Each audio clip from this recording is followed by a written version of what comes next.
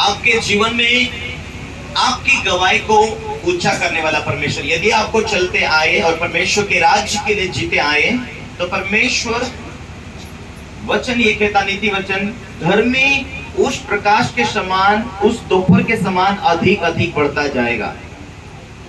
Hallelujah. क्योंकि परमेश्वर उसके साथ है, उसे बढ़ाने के लिए, उसे सफल करने के लिए। हालेलुया। उसे आशीष देने के लिए परमेश्वर साथ है, और परमेश्वर उसे अपने राज्य में बुलाया है ताकि परमेश्वर उसके नाम को भी ऊंचा कर सके।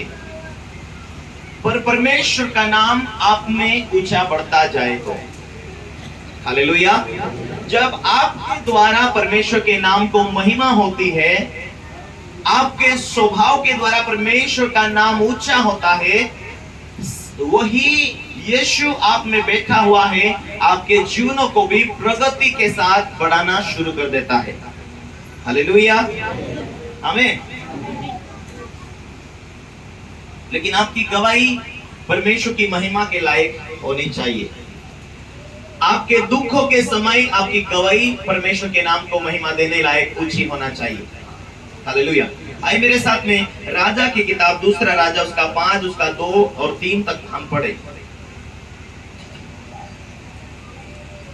हाँ, दल बांधकर हाँ, इस्राएल के देश में जाकर वहाँ हाँ, से एक छोटी लड़की बंदी बनाकर ले आए, हाँ, और वह नामान की पत्नी की सेवा करती थी। हाँ, उसने अपनी स्वामिनी से कहा, हाँ, यदि मेरा स्वामी शमरोन के भविष्यवक्ता के पास होता हाँ, तो क्या ही अच्छा होता, हाँ। क्योंकि वह उसको कोर्ट से चंगा कर देता। Hallelujah, hallelujah.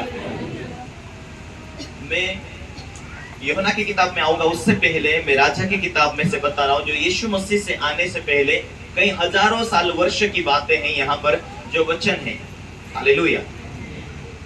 एक समय ऐसा आता है इस्राएली लोगों के ऊपर दूसरा जो देश था वो अटैक करता है, और अरामी के जो लोग हैं वो इस्राएली लोगों के पास जाकर लूट पाट करके लेके आते हैं। उसमें जब लोग, पहले जमाने में ऐसा होता था, शारीरिक लड़ाई होती थी तलवार ढालों से, और जो देश उसके ऊपर भारी पड़ता था वो देश उसे काटता था, मारता था, या फिर लोगों को बांध कर ले जाकर बंधुआई में ले जाते थे, फिर उसे गुलाम के रूप में काम करवाते थे। ऐसा उस टाइम में होता था। लेकिन उस टाइम में भी इस्राएली लोग कुछ ऐसे परिपक्व लोग थे जो विश्वास में ऐसे स्थिर रहने वाले लोग थे।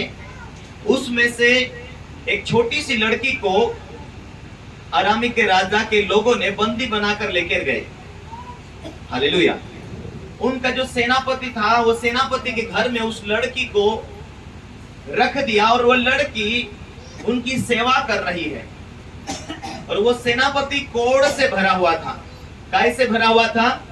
कोढ़ से भरा हुआ था। और ये कोढ़ से भरा हुआ व्यक्ति को जो छोटी सी लड़की, बंधुआई में आई हुई लड़की, वो रोज इस सेनापति को देख रही है, और एक दिन अपनी स्वामिनी से कहती है, क्या ही धन्य होता था यदि मेरा स्वामी, छोटी सी लड़की क्या गवाही दे रही है, क्या ही धन्य होता था यदि मेरा स्वामी शमरोन में होता।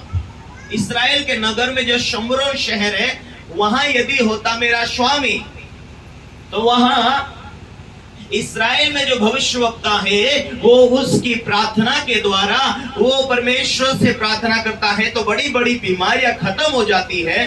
ये लड़की क्या कह रही है तो वो इस्राएल के शहर से अरामी के शहरों में गुलामी बनकर गई वो लड़की, परंतु अपनी मालकिन, अपनी स्वामिनी से कहती है, मालकिन है स्वामिनी, क्या ही धन्य होता है यदि मेरा स्वामी इस्राएल में होता तो इसका जो शरीर के ऊपर कोढ़ है ना वो चंगाई दे देता। कैसे?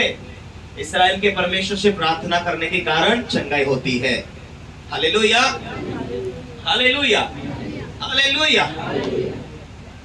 तो वो स्वामिनी राजा के सेनापति से कहती, नामान से, हाय हेलो सुनो जी, अपने घर में जो कोड़ी जो जो लड़की है इस्राएल की, जो गुलामी बनाकर लेकर आए ना, वो लड़की अपना खाना पकाती है, काम करती है ना, वो लड़की आज ऐसी कहती है, यदि धन्य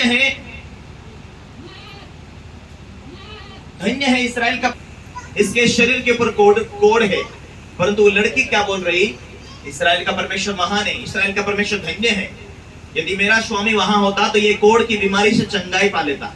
ये बातें सुनकर राजा के पास ये कोड़ी जाता है, नामान कोड़ी जाता है, राजा एक लड़की मेरे पास में जो बंदाई में आई है, वो लड़की इस प्रकार कहती है कि यदि इस्राएल में भविष्यवक्ता उसके पास जाएगा तो तेरी कोड़ चंगा हो जाएगा, तो मैं क्या करूं, जाऊं? ठीक है, मैं पत्र लिखता हूं, तू जा। वो जाता है, राजा के पास जाता है, इस्राएल के राजा के पास। हालेलुया। वो राजा के पास में जाता है और राजा को कहता है मेरा कोड़ को चंगा करो। इस रीति से वो लेटर को भेजता है, तो वहां का राजा गुस्से में आता है। हालेलुया। गुस्से में आता है और अपने